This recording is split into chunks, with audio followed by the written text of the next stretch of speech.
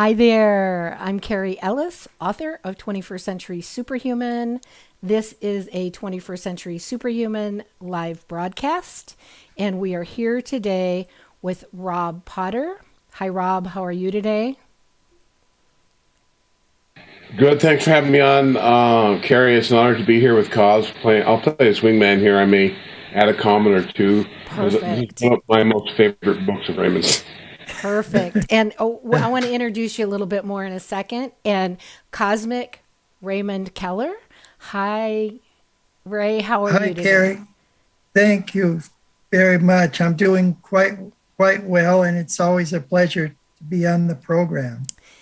You are a contactee from a time when you were really young, and you have a long standing relationship with the Venusians. And I am so excited to be able to share some of your experiences with our listening audience and give people a chance to get more in touch with you and what you've experienced, and maybe get them interested in your books as well, because you relate these adventures in your books. And so I'm really excited to have you here today. Oh, thank you, Carrie, and I hope I'm able to provide some illumination to the audience today. Yes. Rob, anything you'd like to say about Raymond's books, where they can be gotten? We'll just put a little plug in at the beginning here. And Right. Well, actually, I got to pull that up, so I'll do that a little bit later. okay. But I do want to say, you know, again, to reiterate the uniqueness of Raymond's contact compared to other contactees. Other people have a lot of people from different worlds and systems coming here. The Venusians being our closest neighbor and the actual guardian force to the Earth. In service to the divine plan and the Galactic Confederation of Light. It's important that people know that, in our particular Galactic Confederation of Light, as they call it, there are 601 worlds in 51 systems, including the Taurus Cloud, Alpha Centauri, Arcturus, many others that we can talk about. And the head of that actual confederation sits the Queen of Venus. And some people have made a misunderstanding, and even their real contacts in regards to Venus. One person in particular, I won't mention the name, but the Venusians actually do have a queen, and they do enjoy an advanced augmented consciousness. And Raymond was very fortunate to live there. I personally have been a contactee of face-to-face Venusians since 1982 through Gabriel Green was my mentor then. And at this point in time, Raymond has allowed me into a further, closer association due to his personal relationship with the Queen of Venus. And on my website, you can see where I've been able to meet the Moon Base Commander, a very famous contactee, mentioned many times in Raymond's books. And today, folks, you're going to get a very special PowerPoint in regards to Raymond's contact in 2012.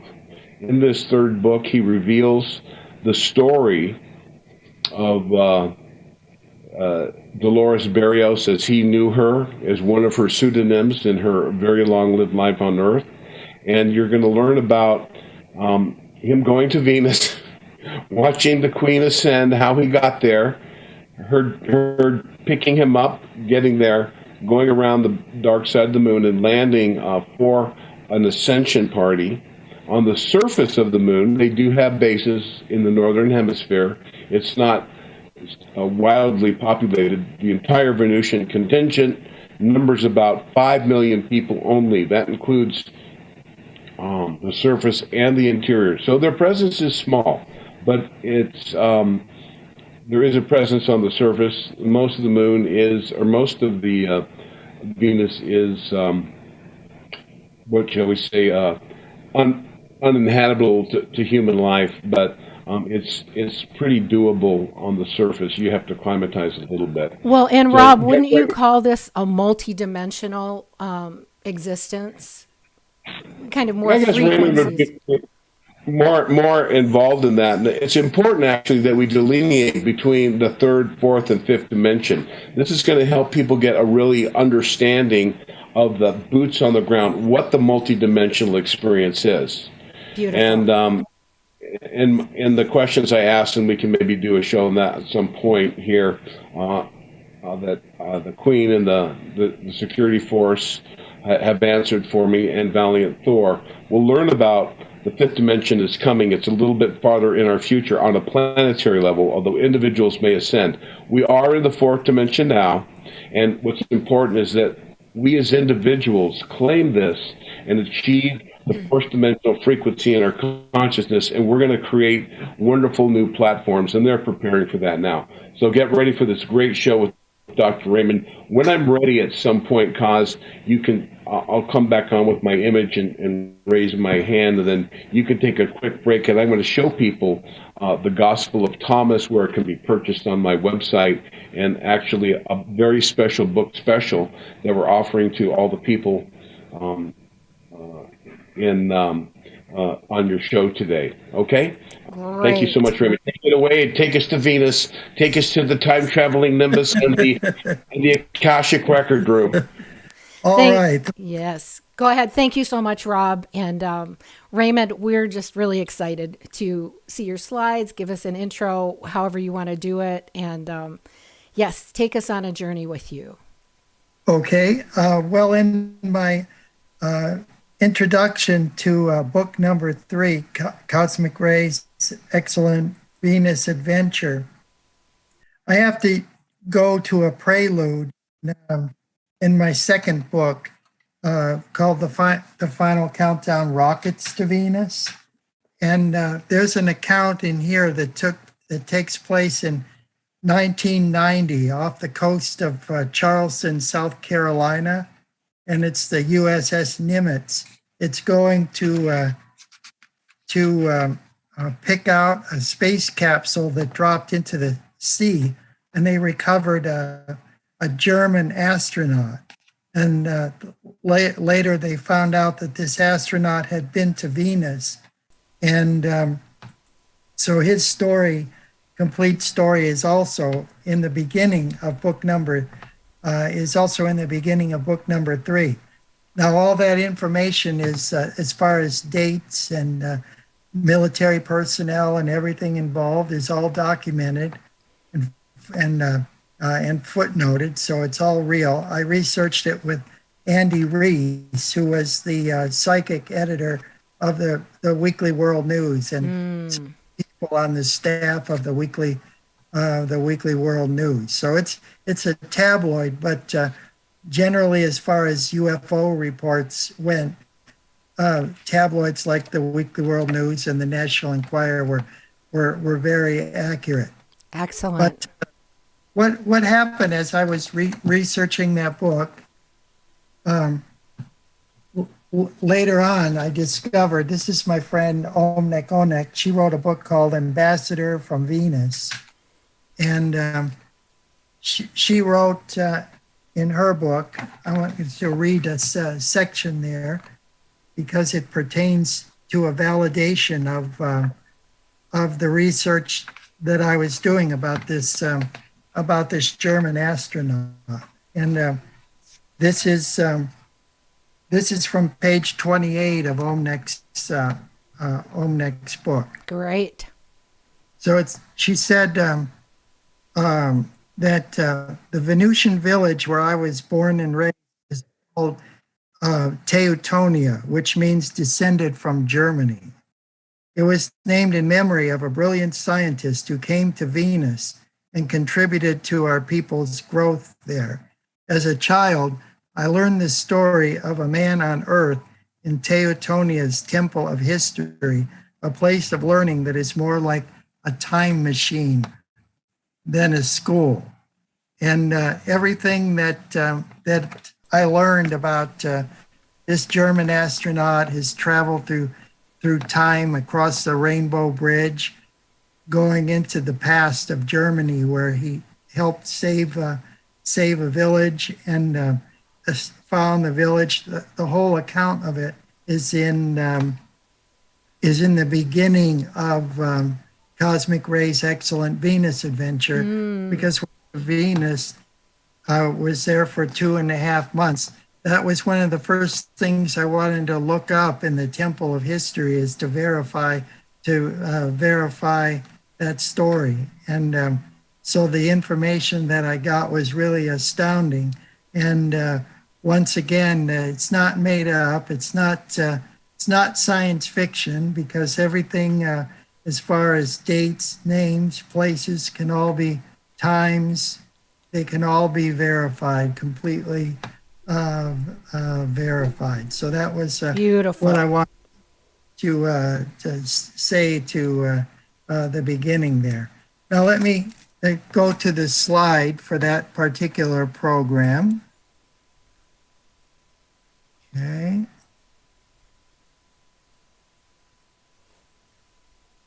Okay, this is a book, came out in 2017 through Headline Books. That's in Terra Alta, West Virginia, not far from where I live. I live in Morgantown, which is right on the Pennsylvania line. Oh, probably about 90 miles south of Pittsburgh. And Terra Alta is one county over in Preston County. So what I learned about the Venusians, the mysteries of the planet Venus, the Norcan bee people, it's all in my book, in all my books for that matter. But a good introduction to the mysteries of Venus, as I've seen it, is in Cosmic Ray's Excellent Venus Adventure. One of the things we learn right off about the Venusians is that they live and work in a very close association with the indigenous inhabitants of Venus, which are these very large bees, about 5 feet long. And this goes back to the beginnings of Venusian history, when the planet was invaded by forces from Aldebaran, another star system, and that's about 75 light years from our solar system. But they established a colony, and they were making colonies and enslaving people all over the galaxy. But they infused DNA from bees into the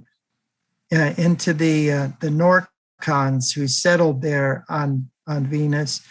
That's in the Tau Ceti system, and their planet Norca was drying out. It's turning into a vast desert. And so about 25 million years ago, they made a journey to our solar system and settled in the northern climes of Venus. So their planet is called Abahar, which means planet of the bees.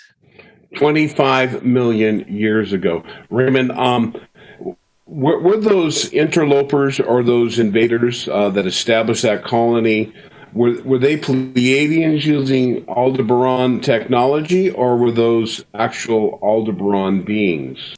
They were actual beings from Aldebaran, but also may have included other beings in their own federation, their own alliance at that time, which did include the Pleiades. A lot of people have misunderstandings about the Pleiades. There's actually over 250 solar systems in the Pleiades star sector.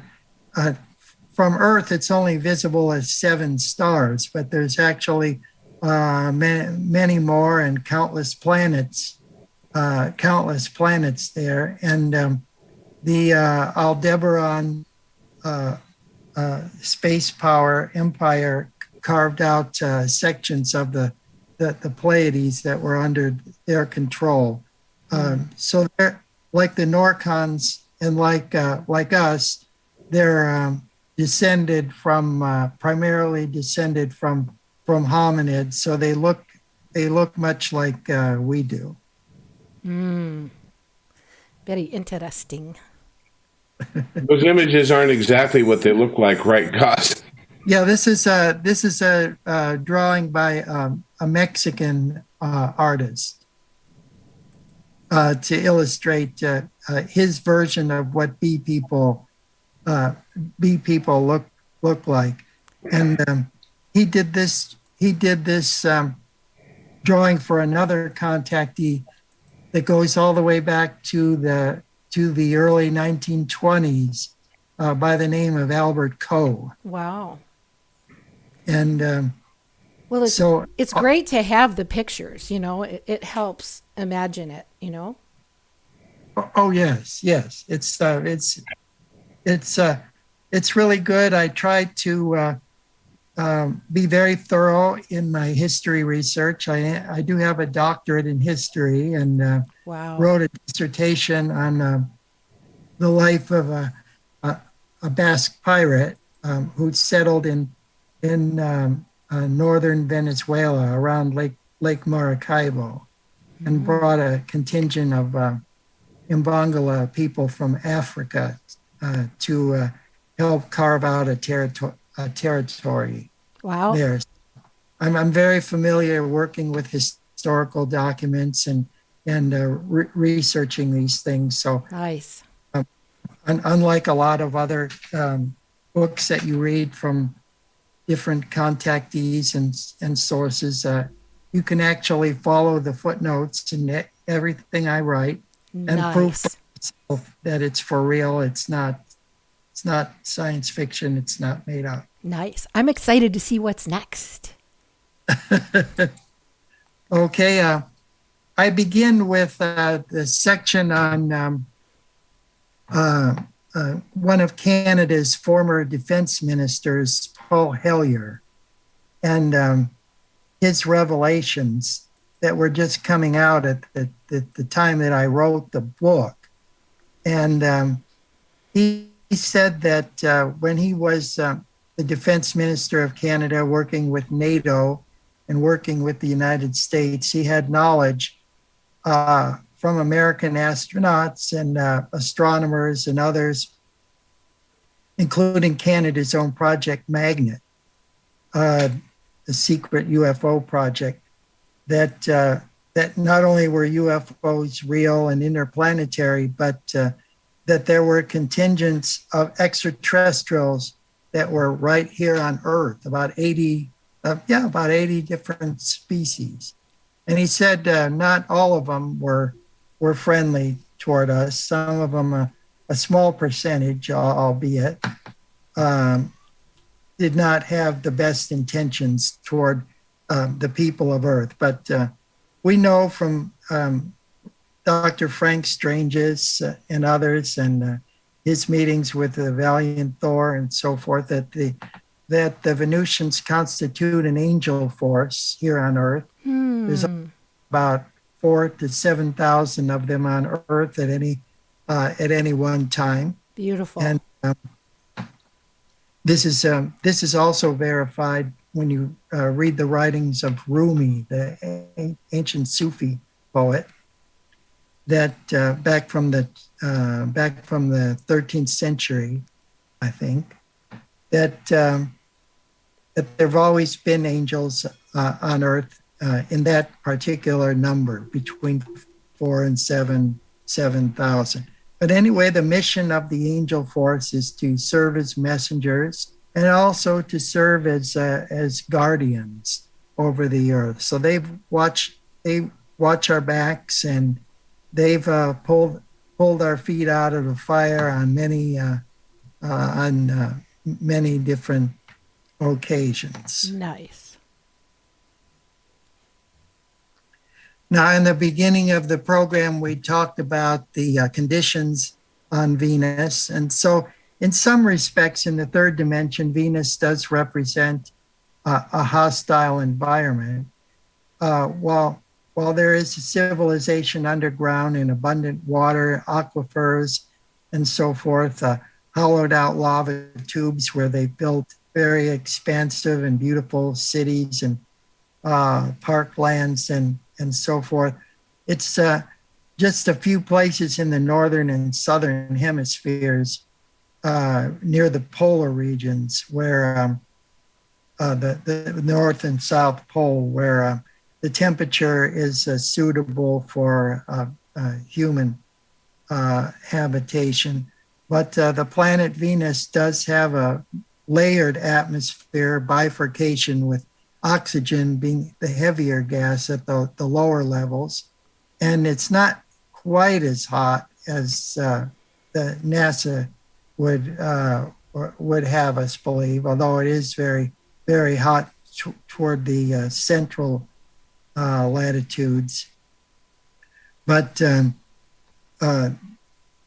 the atmosphere of Venus is very thick, and it appears as a brilliant white, whitish blue color from space, and it's about 90% brighter than the Earth. This is called the albedo effect because it's closer to the sun, but the reflectivity of the cloud and the dense cloud layer, it's reflecting about 93% of the heat off into space. So it doesn't have the greenhouse effect resulting in the thinner atmosphere on the Earth. So I document all these in my Venus books, all the scientific facts about Venus from the 4 countries that have sent probes there. That would be Russia, the United States, Japan, and the European Union. Nice. That's in the Rockets to Venus book. Yes. Primarily, but also in the other books as well. And Raymond, I know you're just a wealth of knowledge. With the number of slides you have, let's try and just move along a little more quickly. But we're doing great. Okay. All right.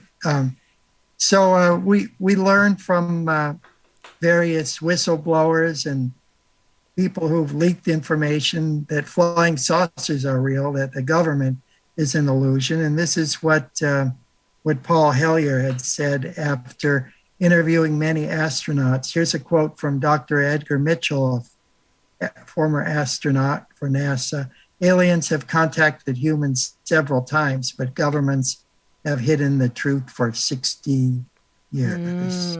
And what did that NASA acronym say? Never straight? That was cute. Never a straight answer. Very cute. Very cute. Yes. Okay. So the Venusians inhabit the planet that's closest to the Earth. It's about 25.5 million miles to the Earth at its closest point.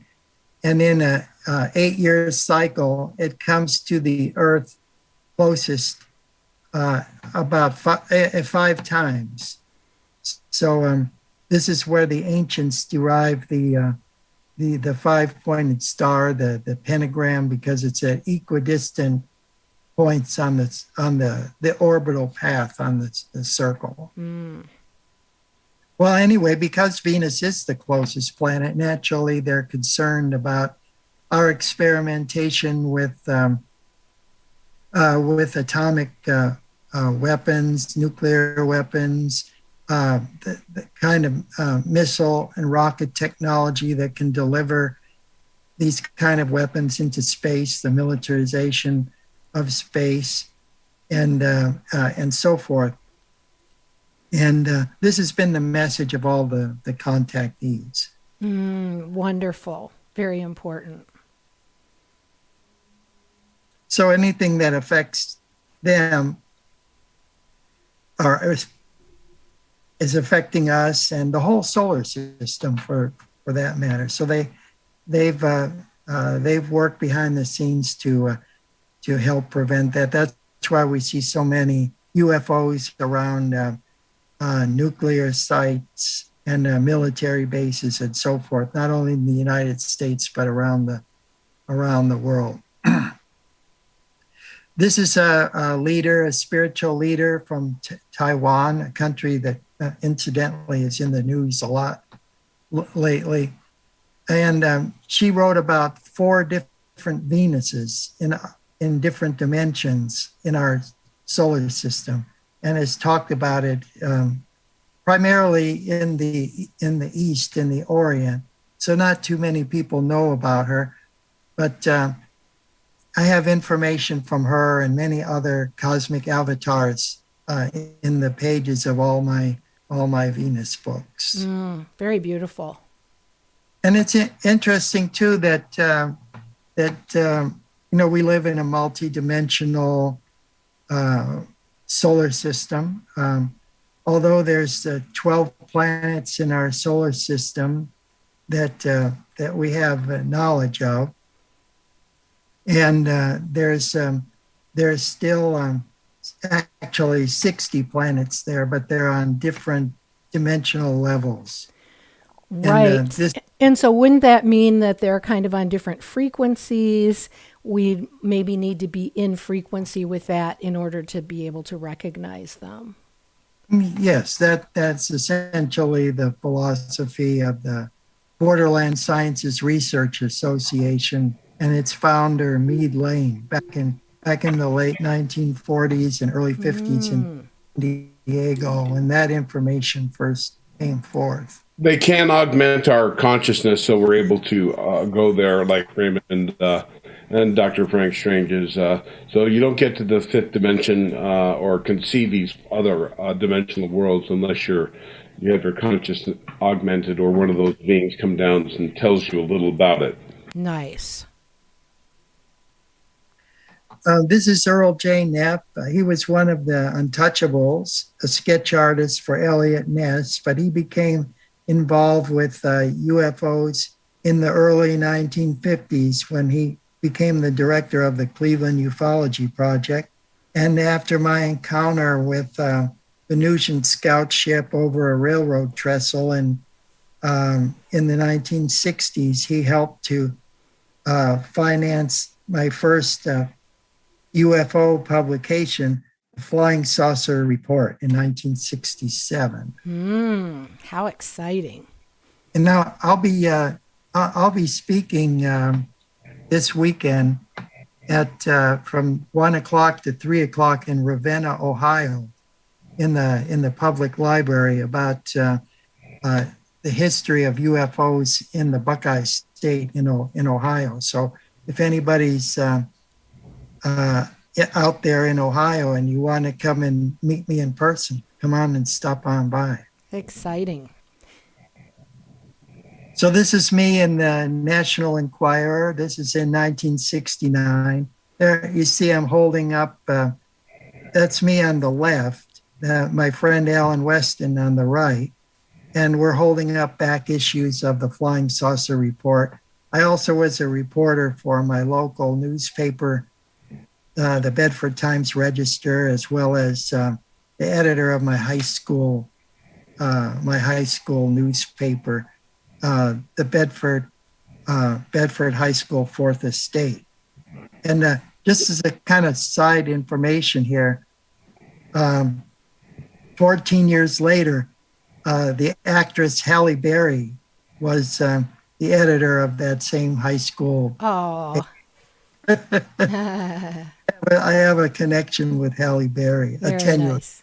Let's get to the excellent adventure, cause. Yep. Let's keep moving along, Ray. Okay. Really good stuff. All right. Well, this is the second photo of Dolores Barrios, the Queen of Outer Space. This was taken by a Brazilian photographer, Ed Keffel, in an article that appeared in O Cruzeiro magazine in October of 1954. She was at a convention on the 8th or 9th of August of 1954 at the Skyline Lodge on the slopes of Mount Palomar for 3 contactees that were holding this meeting there: George Adamski, Truman Bethurem, and Daniel Fry. And everybody said that they thought she looked like a picture that George Adamski showed of a Venusian pilot named Orthon. So they were swarming around her and asking her all kind of questions, if she's a Venusian, if she comes from Venus and everything. And with all the pressure and everything, she and her friends, she was with two people that she was living with out in Manhattan Beach, two musicians. They ran down this hill, and then a swarm of bees came and stopped all the people.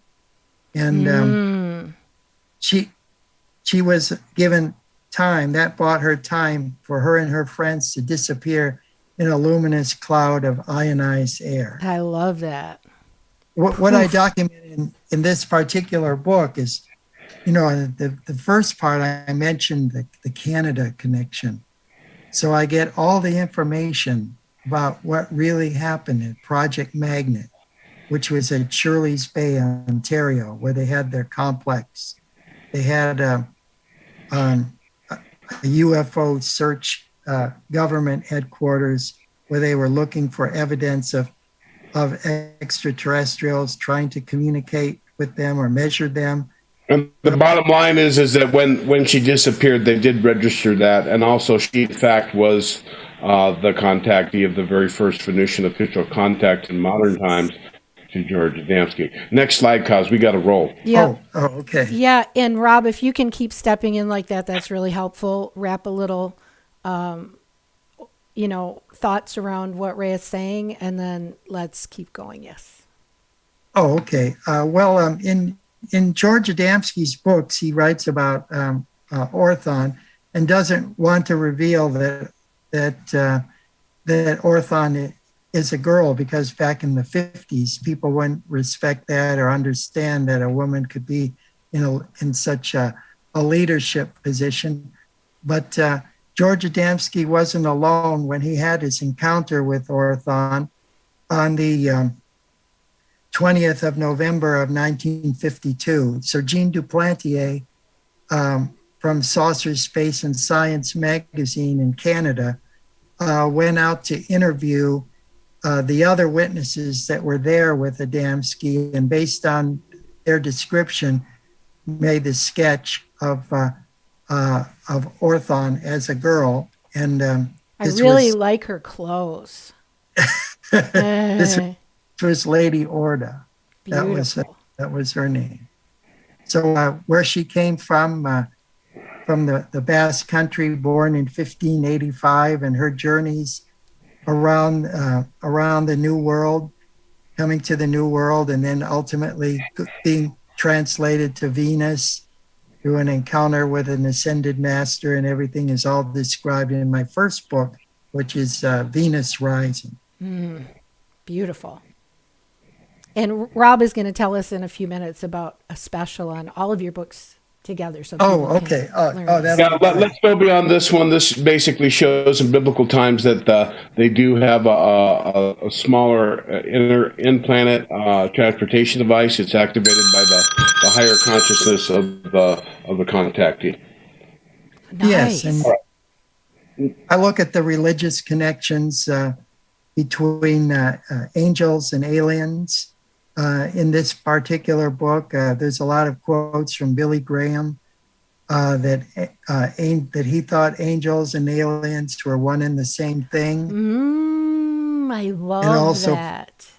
From other religious authorities. Yeah, that came from his book, Angels, God's Secret Messengers, 1975, page 25. Ah, very good. I always call angels angles of light. I feel like they're beings that come in certain frequencies, right?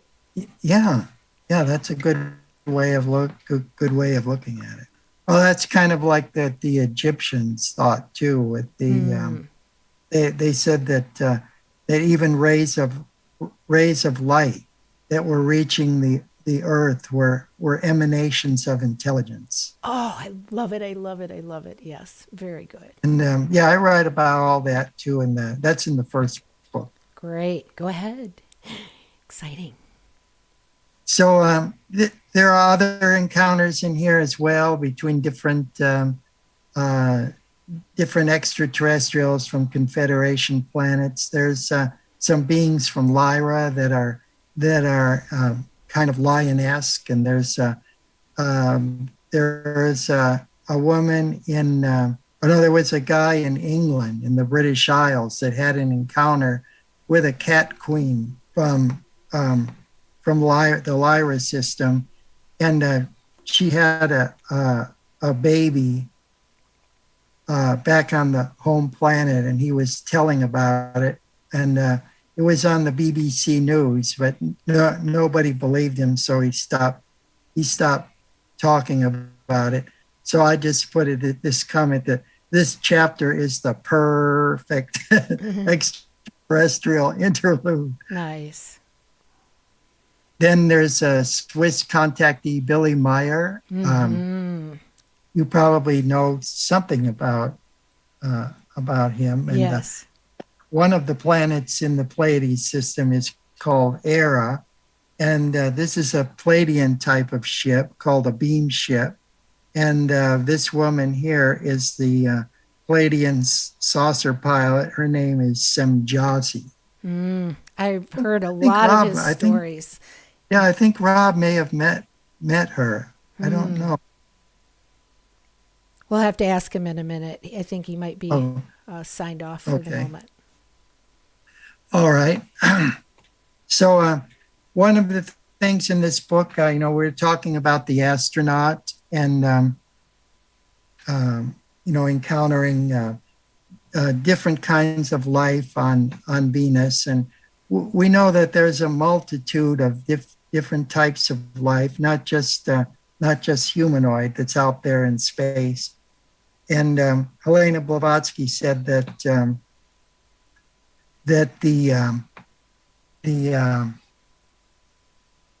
universe is filled with countless intelligences. There's not a space empty in the universe where there's not some kind of intelligent life. Beautiful. So what I'm going to do is I'm going to skip, because I gave an introduction to the German astronaut. So some of this is kind of technical. Okay. So I'm just going to skip over this for the right. And if somebody wanted to look at these slides per se, they could pause and look at them a little longer. Yeah. Yes. What happened there? Kind of bounced out of your slideshow. Yeah. Let me see what's going on there. Okay. It's very important here as we get into this, folks, that Raymond's going to reveal that at the end of World War I, Hitler sent one of those drill rockets or whatever they had. They had a rudimentary, the first ballistic missile, so to speak. It was carrying, at that point in time, only a dirty bomb. And that dirty bomb had to be remote controlled, and he was a World War I flying ace, and he had one eye missing, and he was supposed to do a suicide kamikaze mission and take this rocket, manually control it over the Empire State Building. Wow. And when it left up Valiant Thor, and oddly enough, Maria Orsek, who was rescued from her position, she was from Eastern Europe, I believe Serbia, and she was one of the psychics with the long hair and the antenna as antenna to the more psychic realm. And her information was misused in the Nazi space program. Right. She was an unwitting house arrest psychic that gave them information how to develop the Hannibal, which is very close to the Venusian scout ship technology. Looked very similar. Now, when he went over, Valiant Thor immediately dispatched her from the Nimbus. She didn't have to go down the scout craft. She left the control room and immediately went through the walls and paced him, reading his thoughts. And meanwhile, there's a telepathic signal sent out from Valiant Thor to the Council on Venus, including the then Queen of Venus, and also to the Ascended Master El Moria. They said, a nuclear bomb is going, and they go, what should we do? And I forget who it was, and someone said, well, we could put them over the North Pole of the United States. This will put them in a magnetic reconnection, and they would most assuredly go to Venus, but they wouldn't know the time period. And there was a hullabaloo. The council said, "Are you crazy? A dirty bomb on Venus? We don't know when or where they're going to land. We can't do that. It's madness." But it was only a dirty bomb. It wasn't like a huge nuclear bomb that would possibly land in the city. So the time it landed was literally 17.5 million years ago. And that story is contained in the book. I'll tell you real briefly, but basically the Vril technology that Aldebaran had placed there was designed for humanoids. And when they genetically spliced the humans bee people that you saw on one of the first slides, they were unable to access the Vril technology. And that the infiltration from Aldebaran, God had a plan, and an asteroid struck Venus and kicked up a lot of dirt and dust. And just like in our story War of the Worlds, the Aldebarans and the Pleiadians, whichever beings were involved in this genetic hybridization process that they call the Syrian shift, were forced to leave Venus, and they left all this technology. So now, here comes a German guy, and through a story that you can read in the Cosmic Ray's Excellent Adventure, you'll be able to see that. And at the end, I'm going to show you guys some slides of where you can get these books, and we'll talk about that. So it's an amazing story that this German actually was up there, and he was able to use the dirty bomb to aid the Venusians in a particular help there. And also he eventually used that technology and was able to return to Earth. It's an amazing story, which is absolutely true, and it confirms what Omnek said. Wow, Rob, thanks. Great backstory. Yeah, thank you, Rob. That was a good synopsis. You need to screen share again, Ray. Yep. Oh, okay. There you go. Yeah. So this was some of the technical information, and Rob pretty much summarized that very good. But this was the name of the pilot, and from the flight logs and everything, missing in action on the 1st of January, 1945.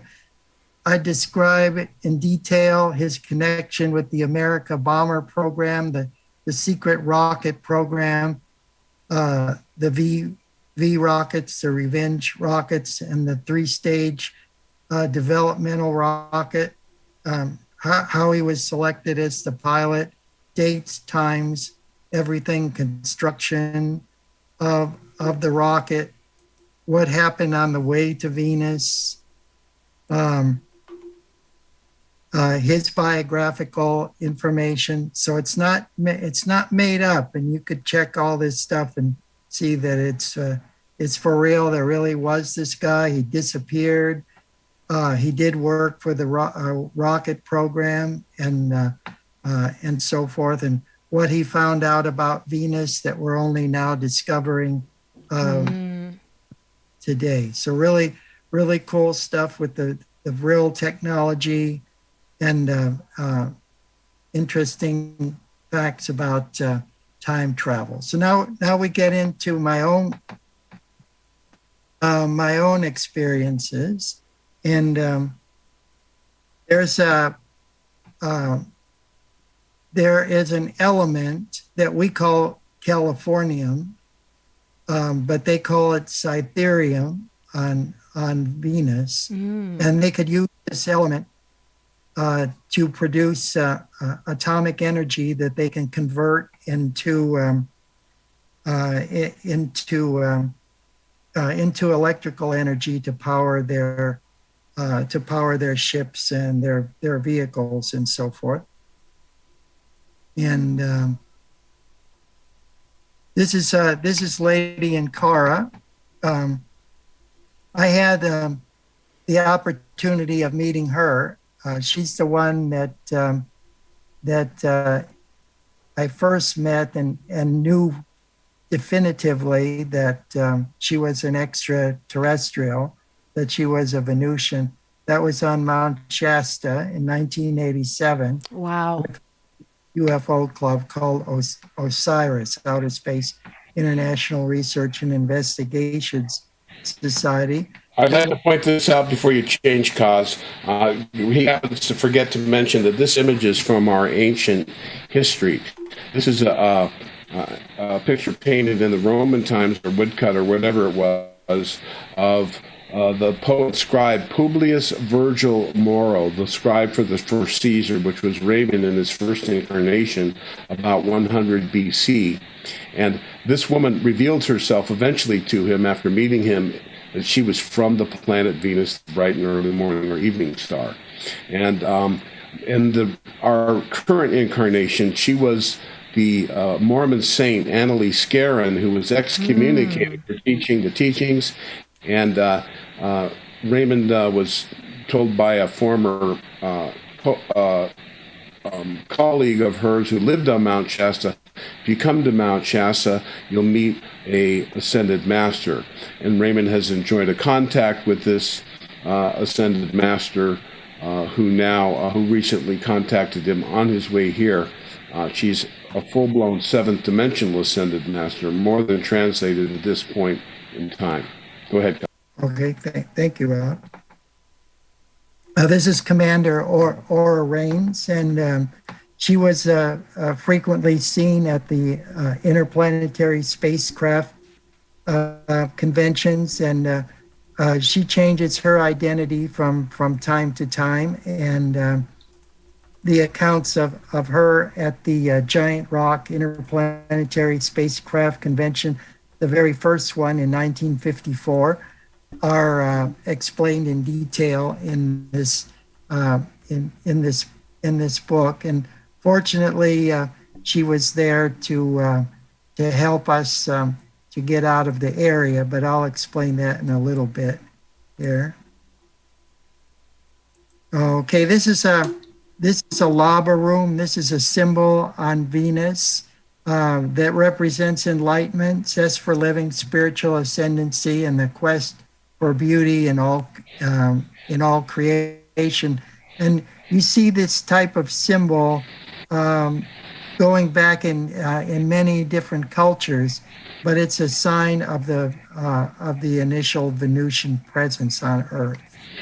It's been the Nazis misused this symbol, and in fact, the symbol was on the bottom of her shoe when she landed at George Adamski, another different stylized version. Wow. And this has led some people to conclude that contact was actually Venusians using the Hannibal and misdirecting Adamski, that they were positive. But in fact, we're clearing that up now, as Raymond will show on his shirt in his time travel experience later, that this is actually a true symbol of the Venusians, and that symbol on the bottom of her shoe was from Venus. It wasn't a fake false flag German Nazis pretending to be from outer space. Nice. Oh yes, and, when you look back at ancient cultures, this symbol is so prevalent that when Helena Blavatsky wrote all of her treatises on Isis Unveiled and History of a Planet, which was about Venus and so forth in the 1880s, she used like a reverse kind of swastika symbol as the emblem of the Theosophical Society. So it was Hitler who co-opted a good symbol and turned it to an evil purpose, not the other way around. Okay. We'll put that as an X-rated part.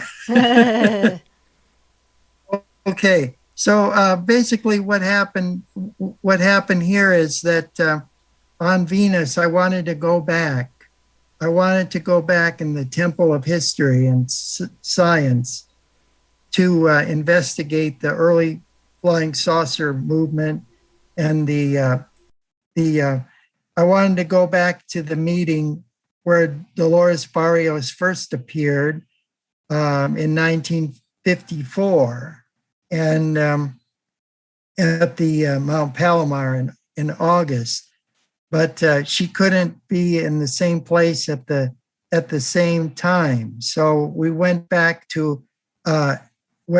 further to April to the Landers Field, where they have the Giant Rock Interplanetary spacecraft convention, the very first one.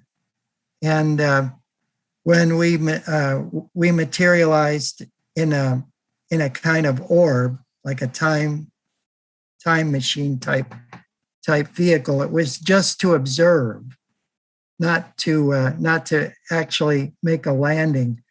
But there was a problem because, and I document these from a notebook that was kept by Truman Bethlehem about atomic testing that was taking place. And a couple weeks before and after, there was atomic testing going on. And it was pushing tachyons both forward and backward in time. It caused our bilocation signal to be interrupted and for the vehicle to crash at the Landers Field at night. And it was reported and everything in the newspapers, and it's all quoted back then. And I don't have it with me. It's in my storage area, but it's in the book. I want to interject here real quick here. And when Raymond was up there for 2.5 months, he had actually asked the Ascended Master El Morya if he could look at the time in the time Akashic records, and he said, "Okay." She asked the Queen. She said, "They don't normally let people going back to Earth look backward and forward in time," and so she went and talked to Ascended Master. He said, "Go for it." And they went into the temple. She said, "Show them how to use the time thing." And they go, "Oh, Queen, you're new. The new Queen, welcome, congratulations. But we don't normally let Earth people go back. That's not what we do." And she goes, "Ascended Master El Morya said it, and I'm your Queen. Teach him." So Raymond was looking through all the Akashic records, look at his past lifetimes, and he was able to look into the past. But to actually, this was in a disc type thing, but to actually go in a bilocation signal, the Queen had to go with him in a special situation. And when he shows a picture of him, they have a nimbus, but it's a time-traveling nimbus. It stays sitting on the floor in the time temple, and they create like a, whatever it is, a bilocation signal, and they were able to look like they were floating above the Earth from Venus in a bilocation signal, much like the bilocation signal when he put the Urim stone for the Gospel of Thomas for that book, if you look at our previous interview here. But she let him pilot it, and she goes, "Hey, Kaz, take it down to about 1,000 feet." And then Kaz goes, "Okay, 1,000 feet." He takes it down, and all of a sudden she goes, "Oh, wait a minute, take it back up." And he goes, "What do you mean, wait a minute?" And at that point, the tachyon symbol disrupted the time signal, and they actually started to break the nimbus apart. And instead of breaking apart on Venus, they broke apart 1,000 feet above the ground at Giant Rock and started falling to the Earth. So Kaz probably, he sometimes doesn't share the backstory there, but it's an amazing account. Why don't you tell? Oops, you just Okay. went silent, Rob. Yep, there you go. Can you hear me? Yeah, Yes. you can share those images. Yeah. Rob, if you get your okay. earbuds, that'd be helpful. Okay. Yeah, this is kind of like what a time bubble looks like. This was done by Otto Binder, who also wrote 5 books about UFOs, and I have one of his books that wasn't published, that he did with August C. Roberts, who took the pictures of Valiant Thor and everything. Great But this is what picture. time bubble kind of looks like. And I knew that there was a problem when they could, because we were supposed to be invisible, but after the crossing of the tachyons, there was a couple that were camping on the ground, Pell and Dixie Garrett, and they could see us because they were waving up at us. Mm. Yeah, Otto Binder created the Supergirl, and a lot of the stories in there coincidentally have to deal with time travel. And I do collect these comic books. I have every single issue of Supergirl in Action Comics ever made. Wow. So, yeah, the origin of Supergirl. It came from that time travel experience. So here's the image. You can see the labrum on his shirt, and he's holding his nimbus. She is holding her nimbus in her hand. She's also holding her nimbus in the hand in 1954 when she was when Raymond was very young. So you see him here. They've just landed. This picture is taken by two people when they landed from the crashed Nimbus and they floated safely down. Now they're falling from 1,000 feet. How did they land? She projected her Nimbus and used it, and then they landed like Superman on their feet gently on the ground. The reason this information is coming forth, people, is to give people greater notice to the reality of time travel, the multidimensional nature of the universe. Raymond's experience is actually a divine gift in revealing many aspects of the process of ascension and for where we're moving as a planet in the fourth dimension, if we would but focus on the light and the love. Oh, thank you, Rob. That was great. Well, there were people from the Air Force Office of Scientific Investigations that were out there at the time, and Hal and Dixie Garrett, who were the ones that met us, they helped us, let us go with them, and they were there because they all the flying saucer aficionados were expecting the arrival of a huge Constellation class mothership to come there, and they thought this was it. And in the newspaper article, it talks about the explosion, and they had an actual picture of the explosion that was taking place. And let's see if I can. Oh, this is from the newspaper. This was taken on the 4th of April, 1954, and people were noticing her strange appearance, and there were rumors going around at the spacecraft convention that she was in fact of an extraterrestrial of some kind. And a reporter named Don Dwiggins, he was an aviation editor and reporter for the Los Angeles, California Daily News. He interviewed her and myself, as well as Truman Bethlehem, for this newspaper article, and he decided to protect her in the crowd by saying, "Oh, she's from Venice, not Venus." Very cute. That's what he put in the article. Rob, do you want to take it from there? There's somebody. Yeah. So that picture my that you're door. seeing, Raymond actually the butterfly effect had picked up that newspaper and bought it back to Venus and then brought it to Earth. I've seen this newspaper. It's not colored with age. It's like it was. It's only a couple years old. So this is another picture of her. You notice she's wearing the Venusian sandals, and they wear these kind of pantaloons, kind of like they do. I with love those. Alibaba. Rob, go ahead and take your earbuds back out. You're a little bit too quiet with those. Oh, okay. Just pop them out. Yeah. Anyway, so Manage it. one of the amazing things here that we gather from this is that those people were told when they landed the Queen, or she was the Queen then, but in 1954 there was another parallel her that was actually traveling in Europe with George Adamski, appearing at his Thank you.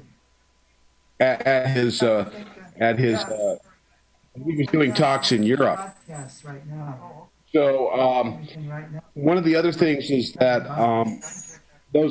she told those people, she said, do not publish the picture that you took of Raymond and I for 5 years. Okay. And they're from California, and they held true to their promise not to publish for 5 years. And who did they give that picture to? And they had described to him the broken bubble that contained the seats that they burned when they landed so that no one would see it. And that's where Supergirl came from, actually, from Raymond Keller's and the Queen's time travel mishap. Raymond, Wow. could you mute? Sure. Anyway, so that's an amazing story there. So they're from Paradise, California, but that's how Supergirl was created. So here they are, trapped back in time. The Queen was somewhat nervous about how they were going to get back to the future because her time traveling nimbus was broken. Wow. So who did they contact? They contacted the contactee Truman Bethram, who Truman Bethram was a road worker above the Nevada and California border in the mountains. He was kind of like a laborer. And that's who the woman that I met, Commander Aura Raines, had contacted. And she said, I'm going to contact you every now and then. There's a picture of the image of the time probe as it crashed. Wow. And this crash and this image was not in our timeline until 2013. Wow. When Ray crashed. It's amazing phenomenon that you can go in circles with this time travel stuff. So he was actually acting as a reporter to the Venusians on nuclear experiments because they needed to monitor what was going on. And as a sidelight, she was the one that met Eisenhower and Edwards in 1954. Right. And she said, I've contacted the other Russians and the other people. You need to stop your nuclear experiments and get together and stop making war. Well, they got together and they decided to create underground bunkers for themselves in case the Earth they precipitated unnaturally an axial flip that would have destroyed the Earth. So unfortunately, the Dark Force is always doing that. So here you have evidence. Now, when those the scientists came and questioning, what was that thing we saw last night? The Pal and Dixie Garrett said, "Oh, that was just some kids from Caltech shooting off fireworks. There was no UFO." Right. I just wondered if we could scroll back. Raymond, you could unmute yourself. Can you scroll back? There was a slide. I just wanted to see what it was. Just go backwards a little bit. Sure. Keep going. Go. Keep going. There. This one. What is this? Oh yes. This was a picture that was representing a cloaked saucer. This was the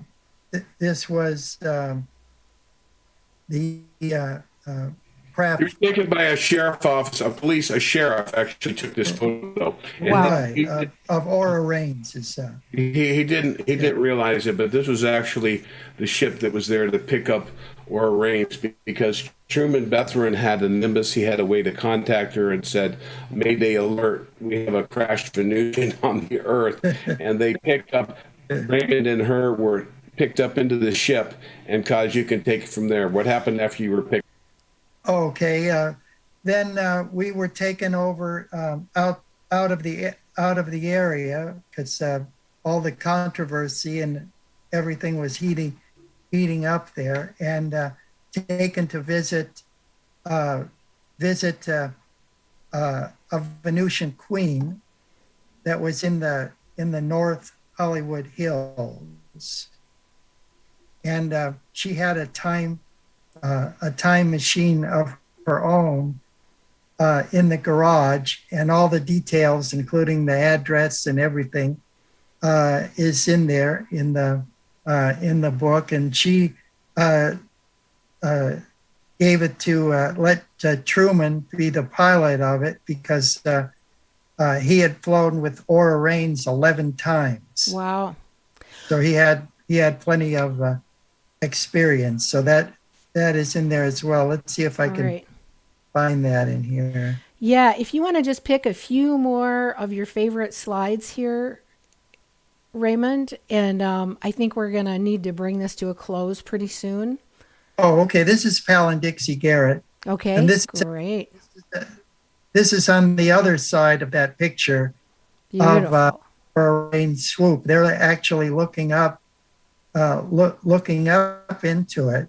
they could see it from the bottom, but from the outside, nobody else could see the swoop except like for a cloud of disc-like light. Very cool. So here they're watching two alleged Venusians. Now here's a funny thing, and this is Kaz and his cosmic humor, and the Queen wasn't so happy with this. But when they landed, they go, "Hello, who are you?" And you know who Raymond says? He goes, "I'm Kor-El." Kor-El is Superman's father's brother, the uncle of Superman. And he shoots a look at him like, "Raymond, what the hell are you doing?" And so I just said Zor-El because Supergirl hadn't been created and nobody knew who that was, and I said, "This is Kara, my daughter." Because nobody knew who those characters were, and I couldn't think of anything except that in Otto Binder's comic book, they come from a space platform, not from the actual planet Krypton itself, but from a space platform. So that was the first thing that came into my mind. Can you imagine that? He has the audacity to interject a cover story from a comic book that hasn't been created yet and actually is created because of this. It's a fantastic story, and it's a very interesting one. But and people can think it's science fiction, and I'm sure they will for a long time with all of the disinformation and misapperceptions of many contactees. But Raymond has written 7 books, and we're going to show those before we get off the air. There's Commander Ains, the woman I met, and you see she's wearing the red beret, as she did. And here's the other. There was that sketch before that I showed you of her.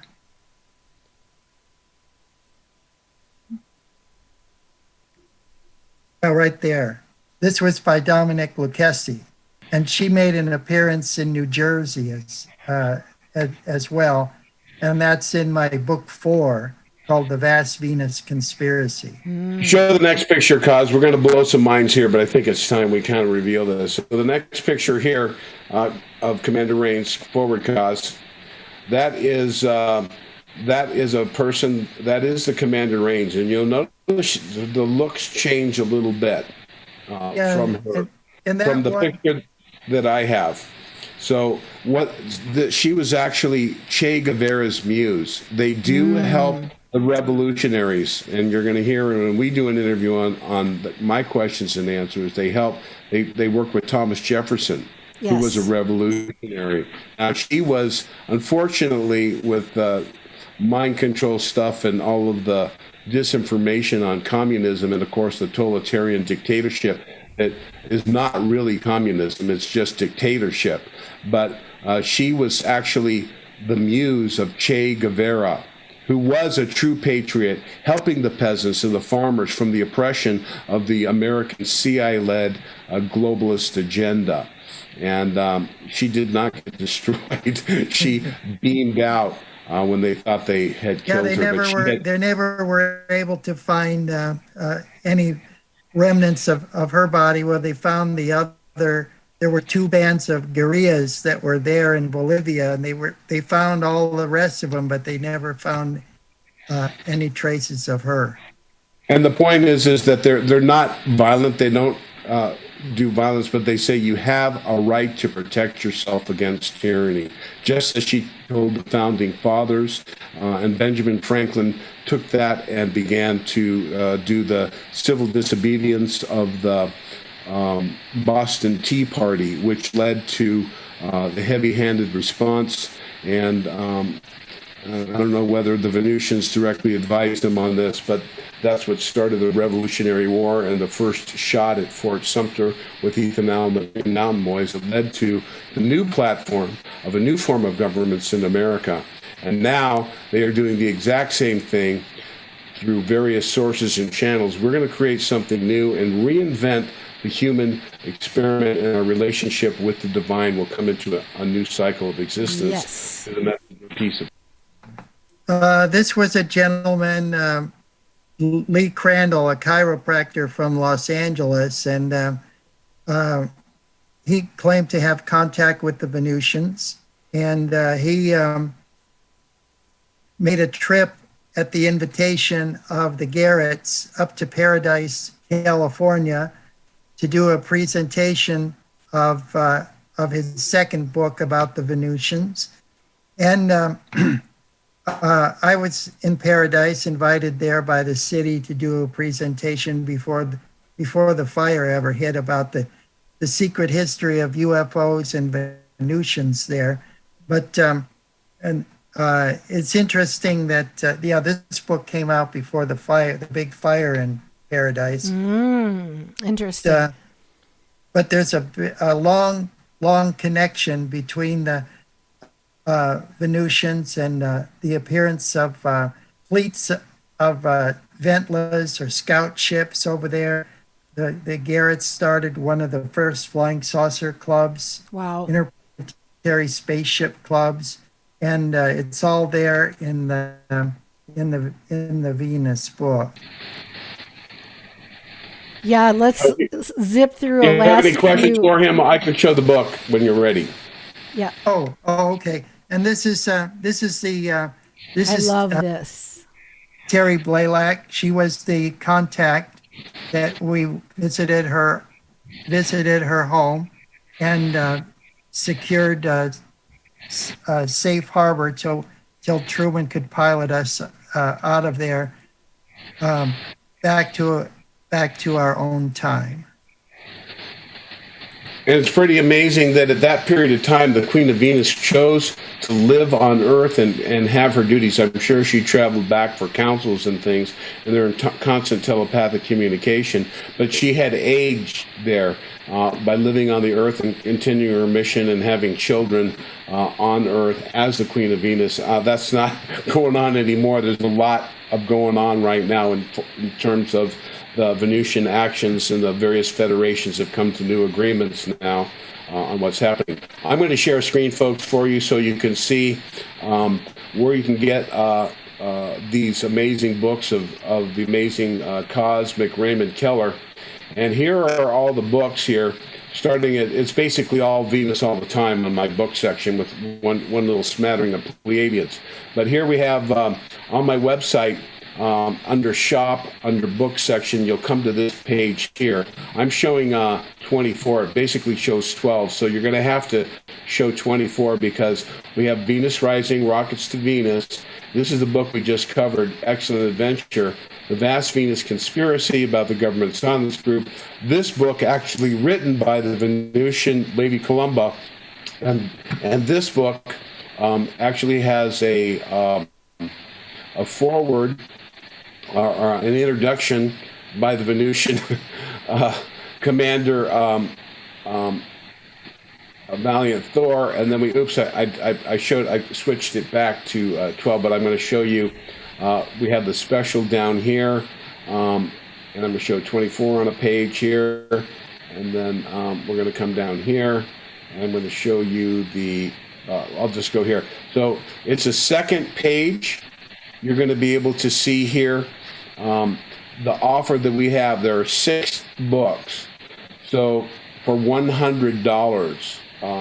So we're actually giving you 2 books, $125. The shipping to get all 6 books in there would be $150. Raymond's actually offered 2 free books, and it's actually you get 2 free books and free shipping, or not free shipping, but the shipping cost is $23.50 in a priority box that carries all 6 books.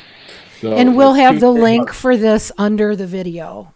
Yeah, I've got the link for you under this on the video. I'll send this this link to you now. But the other one I'm going to show you real quick here is we're going to show you the Gospel of Thomas. One of the books there is the Gospel of Thomas. We did this yesterday, and we're having this book is available for $30 right now. There's only a special limited edition.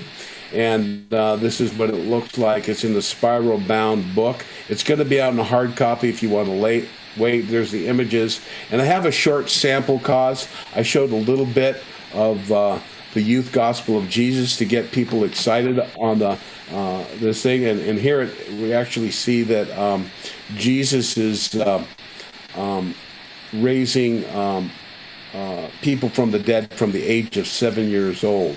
So we have to come to the understanding of the hierarchy of light in the Gospel of Thomas. These are two amazing books by Raymond Keller. I thank you for allowing me to come on here, and I know Raymond's stuff like the back of my hand, and as you see, he goes into minutia in the details, being the researcher that he is, and we need to get to the salient points sometimes. So I apologize, Cause, for synopsizing some of these amazing experiences you have. Oh, no problem, Rob. I appreciate the assist. Wingman support. Yes, it's really fabulous. Listen, I am so. Do you have any other slides of your favorites that you'd like to show, Raymond, or do you feel good about today? Oh, I feel good about today. I do wanted to get into the new book as well. And we have listeners who've said love and light and interesting stuff.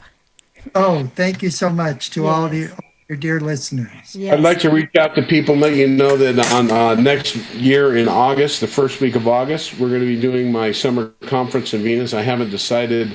It's going to be revolving around UFO contacts in Venus and other subjects as well. I'm going to try and get in some technological advanced speakers as well in August. But I also want to mention that anyone in Europe, Raymond and I are traveling to Europe May 20th through June 20th. Wow. We're going to be in Europe, and we're going to be doing a little tour. We're in the process of arranging publicity and gathering locations. And if anyone is in Europe over there, we're going to be mostly in Germany with Omnic's great support, and kind of like me to Raymond, to Omnic for many years, where Omnic lived and shared the Venusian spiritual teachings. We're going to be combining the spiritual teachings, of course, with Raymond's incredible documentation on the nuts and bolts and the true interaction of the Venusians while we're in Europe. I may have a person in Scotland, or maybe shooting over there for a little bit. So if anyone is interested, please contact me through my website, my phone number, my email there, and we'll get you in contact with the German, and maybe we can all coordinate with something if anyone has any ideas of venues or some ways for us to promote that. Thank you so much. Perfect. And I know that people can get the recordings from your just last August conference in Mount Shasta at your website as well. Yes, we're actually doing. I'm creating I have my inner circle, and we've actually stopped selling the things because they were $55. I've decided to put those in the inner circle, and I'm going to be creating a video today on how to use the inner circle. It has a tremendous amount of information. It will be the first slider on the website very soon, and you'll be able to see all the information. You get about 30 different books for free, not Raymond's books, but many books for free. Great. And a plethora of UFO pictures and other information, audio recordings, as well as the entire, I think it's 43 videos from the conference of many different speakers, Laura Eisenhower, Michael Jaco, Alex Collier, myself, Raymond Keller, Maureen St. Germain, Brad Olson, and many, many others. That's going to be up by tonight. So thank you so very much for your time, and thank you for letting me come on and cause. I'm glad you got through that amazing story. I suggest people look at that again and listen carefully. Well, thank you. Thank you, Rob, and thank you, Carrie. I wanted to also say that the new book is Flying Saucers and the Venus Legacy. And shall we do a show on that next week? Flying Saucers and the Venus Legacy? That would be great. Let me they get a look at the cover here of it. Okay. Let's see. Oops. Yeah, it looks pretty good. It looks exciting. Yeah, this is and it a lot of original information in there from never before seen from Coral Lorenzen, the founder of Aerial Phenomena Research Organization, when it was back in Wisconsin, Sturgeon Bay, Wisconsin, in the 1950s, including connections with George Adamski and Dolores Barrios and some really amazing stuff. And then also with information from Hans Petersen, the founder of International Get Acquainted program in Denmark. He was a Danish Air Force major, retired, who came to believe in UFOs and the Venusian presence on Earth, and was an Great. advocate of George Adamski and all This of is that's a history of original that. material. You'll notice the labrum that Raymond's wearing, and the foreword is written by a Venusian, and Lady Columba actually writes the introduction, I think. So it's an incredible book from the Venusians directly to you. And one last thing I'd like to say was thank you very much for having us on the show, and I'm sure you're going to be amazed at he's got even more slides on that one. So, Yeah, we got to cut to the chase and get through the it's stuff. But he has true. such amazing documentation. Yeah. Thank you for having us on the show, Carrie. Send us a link, and I'm going to put that link to you right now for the actual Books book purchase. page. Great. Cool. And I just want to thank you both so much. Raymond, thank you for taking the time. I know you're a historian. Your mind is really detailed, and it takes a little bit to get it all out. But I want to thank our listeners for the patience of listening. And who's the artist that works with the big comic books that does some of the art for you? Oh, that is Dan Gorman. He's with Marvel Comics. Right. And I love that because it just helps bring the stuff into like our today, kind of images that we can relate with, and really nice. Oh, yes, I was so delighted that he was able to do that uh, for me, and it just confirms the the wider acceptability of these books, that people are finally coming around to recognizing the value of this research and the time that I put into it. Great. Yes. Thank you so much for sharing, for being here with us. And thank you, Rob. I always appreciate your viewpoint and your embodiment of this kind of contact information. We did have a question when you weren't online. Semiyas, how do you say her name? That was Semyasi, the Semiyas. Pleiadian Right. So contactee. did you actually meet her? I did, Raymond and had that's mentioned in that. my. When we interview me, we're going to hear what the Venusians say. I had my memory blocked, and I met her on the Earth, and I'm sure that I met her on the mothership. Although my memory of her was just a moment fleeting, Uh-huh. and why they blocked my memory, the Venusians actually answered that question for me. And at some point, I expect those memories to be restored. But there's a Great. lot of this information going out now. I sent Raymond a link to an alleged Pleiadian contactee that's putting out voluminous, but they're not contactees. They're just getting messages over the Okay. computer. We're going to go and we're going to remind everybody to breathe, smile, and love, because by so doing, we change ourselves. And as we change ourselves, we change the world. We say adios, and we'll see you soon. We're going to go into our outro song. Much love, you guys, and we shall see you soon. Thank you very much. Thank you.